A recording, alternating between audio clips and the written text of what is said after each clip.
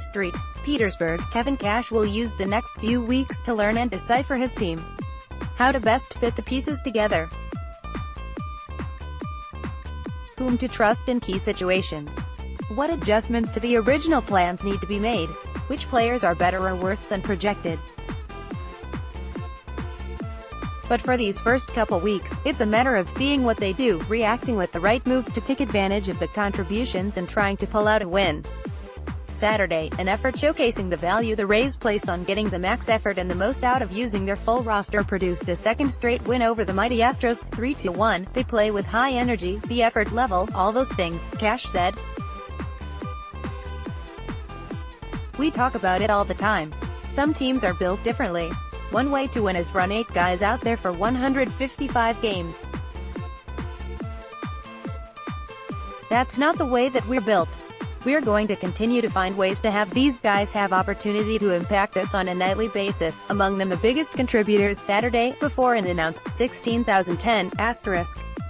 Starter Tyler Glasnow, happy to make his first regular season start after a rough 0-5, 10.28 spring, walked his talk about turning up the intensity with a solid 5-inning outing.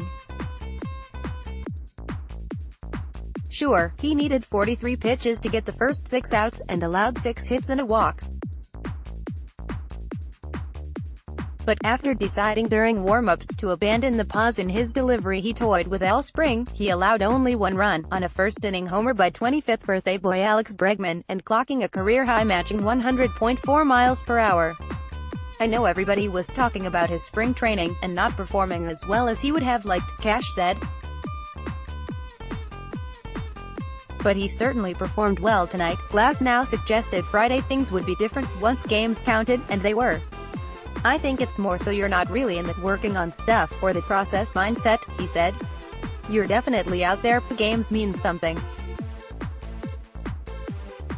I've said it before, it's not like spring doesn't, but there's just a little extra boost when everyone is out there trying to win and your team is just going out trying to get a W.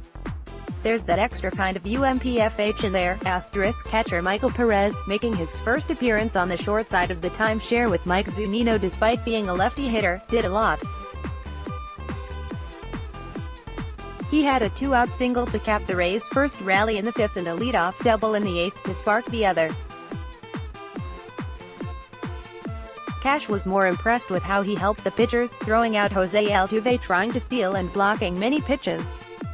Glasnow throws a bunch balls in the dirt, that's how he gets a lot of chase with the breaking balls, and Mikey is like a brick wall back there, more times than not, Cash said.